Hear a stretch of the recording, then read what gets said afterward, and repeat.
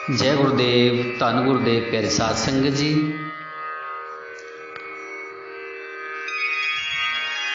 ये बात पूरे विश्व में प्रसिद्ध है। कहावत भी हम सुनते हैं कि गंगा उल्टी बहाना।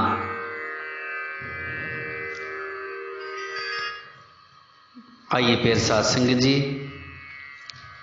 जगत गुरु सतगुरु रविदास महाराज जी जब कहा जाता है कि भक्ति आंदोलन हुआ, लेकिन प्यारे साध संगत जी वो भक्ति आंदोलन नहीं, वो व्यवस्था परिवर्तन का आंदोलन था।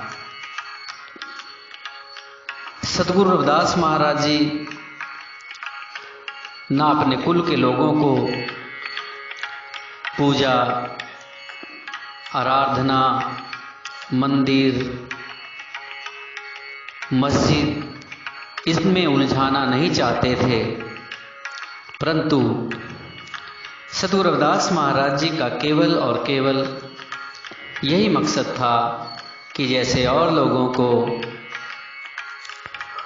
भी मंदिर में जाना, मस्जिद में जाना, तिलक लगाना, जनेऊ पहनना, धोती पहनना, मेलों में जाना, त्योहारों में शामिल होना, ये जो व्यवस्था है, इस व्यवस्था में हमारा कोई योगदान नहीं है। हम कहीं आ नहीं सकते, कहीं हम जा नहीं सकते। इसलिए प्यारे साध संगत जी, सतगुरु रविदास महाराज जी ने जो मंदिर में जाने के लिए आंदोलन किया, जो सतगुरु रविदास महाराज जी ने गंगा घाट पर जाने का आंदोलन किया, मेलों में जाने का आंदोलन किया, प्यारे साध संगत जी कोई छोटी बात नहीं है। उस समय में जब हमें कहीं चलने फिरने, उठने बैठने, खाने की आज़ादी नहीं थी, तो प्यारे साध संगत जी उस समय सतगुरु रविदास महाराज जी जब गंगा के घाट पर पहुंचते हैं और गंगा के घाट पर जाकर के बैठ जाते हैं, तो कुछ ब्राह्मण सतगुरु रविदास महाराज जी के पास आते हैं, क्योंकि देखने में जगत गुरु सतगुरु रविदास महाराज जी बहुत लाजवाब हैं, खूबसूरत हैं, नौजवान हैं। प्यारे साध संगत जी वो आग्रह करते हैं सतगुरु रविदास महाराज जी से कि हे युवक, आप जहाँ पर बैठे हो, यहाँ से छुआ हुआ जल हमारे तक पहुँचता है। ऐसा कीजिएगा कि आप आगे जाकर के बैठ जाइएगा। हमने जब भी देखा है, काशी शहर में जब हम जाते हैं, काशी के गंगा का घाट जो है, वहाँ पे 80 घाट हैं, और जो सबसे पहला घाट है प्यारे साध संगत जी वहाँ पर सतगुरु रविदास महाराज जी के नाम से पार्क बना है।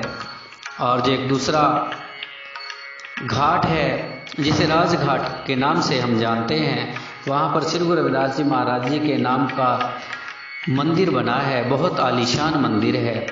प्यारे साध संगत जी वो राजघाट का किनारा है जहाँ पर सतगुरु रविदास महाराज जी ने कहा कि प्रचलित है कि उल्टी गंगा बहाई थी। तो उल्टी गंगा बहाने का अर्थ यही है प्यारे साध संगत जी, आज भी हम जब वहाँ पर जाते हैं तो वहाँ पर 80 घाट से लेकर के राजघाट तक प्यारे साध संगत जी जितना भी एरिया है, उस एरिया में पानी घुमावदार है, यानी कि घूम के वापस 80 घाट पे आ जाता है। जहाँ पर सतगुरु रविदास महाराज जी के नाम का पार्क है और राजघाट जहाँ पर सतगुरु रविदास महाराज जी का मंदिर है, वहाँ से पानी घूम करके वापस आता है।